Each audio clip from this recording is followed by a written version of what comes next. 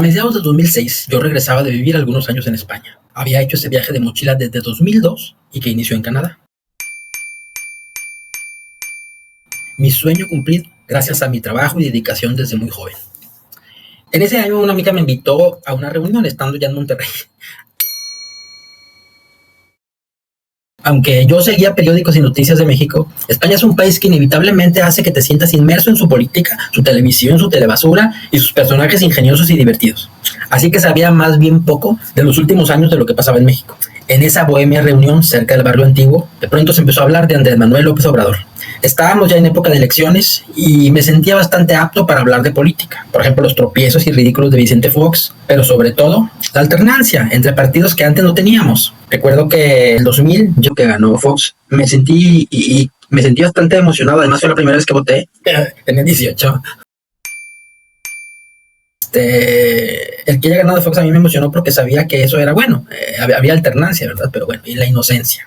Entonces, cuando salió el tema del candidato Andrés Manuel, que entonces era del PRD, yo me apresuré a decir a todos, algo así como que me caga López Obrador, señor ridículo. Me parece hasta que está solo para restar votos. Oye, se hizo un silencio sepulcral y todos me miraron. Yo, infiriendo de inmediato la situación, defendí un poco más mi postura con argumentos que la verdad no tenía. A pesar de la incomodidad del momento, se respetó mi opinión, pero al ver la calidad intelectual de las personas que había ahí, me hizo cuestionarme un poco. Aunque España ya se había movido de la derecha bélica de Aznar al socialista Zapatero, pero esos conceptos en México la verdad es que no se usaban muy poco. Solo era el PRI por 70 años y lo que había destacado de Fox, como ese también del come si te vas a Fidel Castro para quedar bien con Bush. Aquello de que los trabajos que ni lo... Pero mi ignorancia, aunque no percibida aún, era abismal. Seguí contra este señor y voté por Calderón. Todo menos que vuelva el PRI, que yo recordaba como el de la matanza de Tlatelolco, el dedazo de un presidente tras otro, luego el se cayó el sistema, la devaluación del peso, la muerte de Colosio, las crisis, deuda externa, campañas absurdas como la de Solidaridad, venceremos.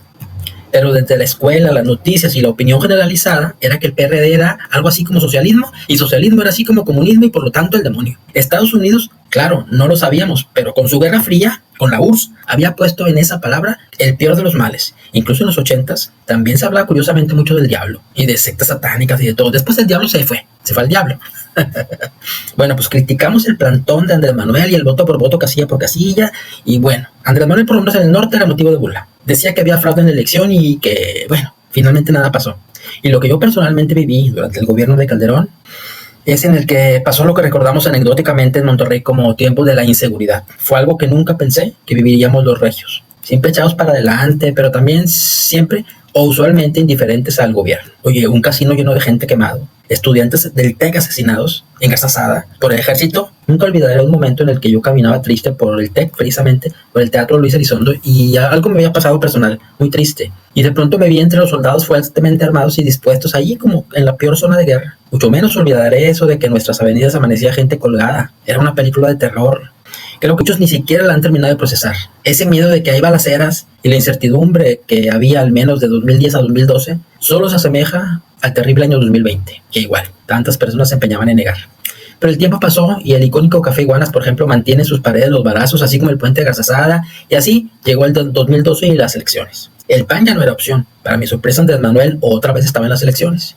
Y ya entonces todo era burla y meme de todos. Pero claro, estaba el guapo candidato Peña Nieto con una historia sumamente preparada de una boda de novela ideal, con la gaviota además, esta popular actriz. Ideal para que el PRI volviera, pero que se le desmoronó como torre de naipes cuando dijo que el único libro que había leído era la Biblia, pero no toda. Y del PAN una candidata evidentemente títere, que fue Josefina Vázquez, que aunque respetable, era ya entonces muy obvia la similitud entre los dos partidos tantos años hegemónicos.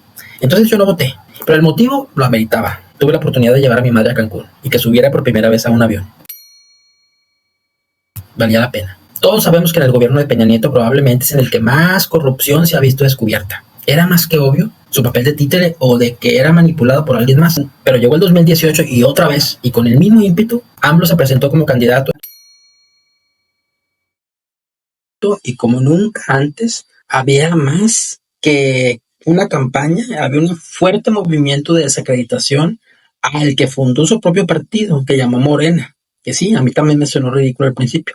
Es un peligro para México. No dejes que seamos como Venezuela. El peje es lo peor. Es Chávez, es Maduro, es un narco. Pero el cinismo del corrupto Anaya y la falta de personalidad de otro Adorno que fue Mitt y el intento burdo de influir poniendo al Bronco, cuyo único logro había sido ganar la elección de Nuevo León como independiente, gracias al que había huido de una balacera en épocas de Calderón, siendo alcalde del PRI de un pequeño municipio de García. Pues voté por AMLO y me gané la burla y la incredulidad de muchos buenos amigos, la verdad, y hasta familiares. Lo hice realmente sin saber mucho o sin haber puesto mucha atención todavía a sus propuestas. Pero todo era votar contra el PRI y PAN, hasta que hasta la luz y el petróleo querían privatizar. Oye, un gas carísimo con las empresas españolas y ganando millonarios contratos de muchos tipos. Fíjate, un amigo extranjero me dijo una vez, oye, pues si México sigue siendo colonia de España, ¿qué no ves? Realmente le juzgué loco, pero los privilegios de la élite española eran inmensos. Felipe y Leticia incluso vinieron al TEC a una conferencia una vez, los reyes de España ahora siendo todavía príncipes. Fox, Calderón y Peña Nieto fueron invitados a la Monclova, el Palacio Real de allá. Y bueno, ya sabemos que después también fueron recibidos allá para radicar, excepto a Fox, que se quedó en su rancho mega millonario que seguro construyó trabajando para la Coca-Cola o vendiendo cannabis, ¿no? Pues los últimos 6 años para mí han sido un poco de inicio incómodos respecto al darme cuenta y aceptar el inmenso poder mediático y manipulación que ejercen los medios y los gobiernos. Tampoco pensé que la política de AMLO levantaría tantas ámpulas y los reyes de España tildando de ridícula una genuina pero quizá apresurada carta donde quería AMLO que se reivindicase juntos a pueblos originarios, misma que jamás fue contestada.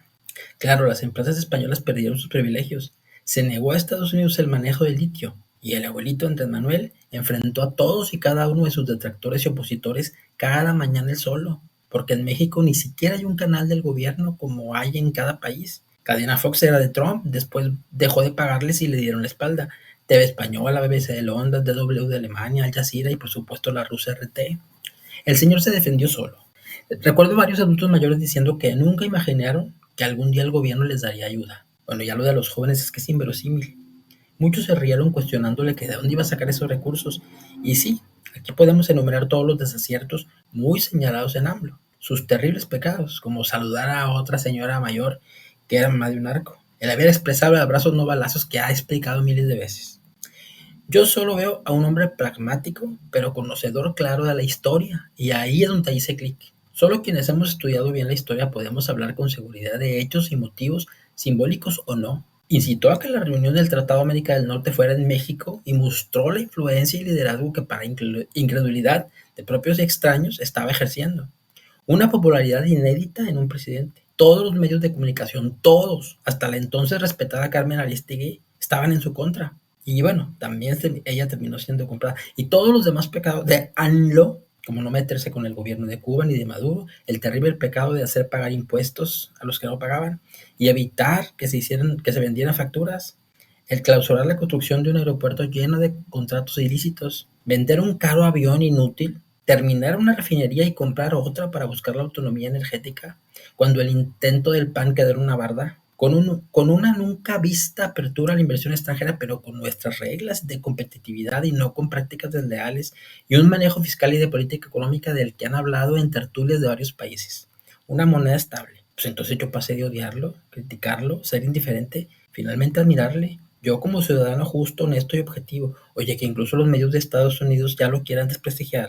New York Times, con su plataforma gratis promoviendo a Daniel Noboa y la repentina guerra contra el terrorismo de Ecuador y calumniando sin pruebas al presidente de México de nexos con el narco, incluyendo la misma día, como lo ha hecho a lo largo de la historia, sin presentar ninguna prueba. Y la genial entrevista de 60 minutos tratando de hacerlo patinar. Es que AMLO sí es un político, no un corrupto que quiere poder para obtener el mayor beneficio durante su periodo. La reclamación que una periodista de Telemundo sobre el por qué mostrar el número de teléfono de la periodista que lo difamó, bueno, es que tiene una respuesta apoteósica del presidente. Siempre buscarán que esa influencia del país no caiga a mal, porque el nivel, posición, influencia y popularidad que ha alcanzado México en el mundo también hará que las potencias busquen retomar su control de siempre. Hay mucho dinero invertido en desprestigio y pago de medios contra AMLO, que no es ya solo de Salinas Pliego que financió hasta Verástegui, hazme el favor. Medios y poderes fácticos conocidos, y ojo, que esto no es conspiranoia, esas grandes teorías que tanto ciegan y desvían a la población de cosas con simple lógica.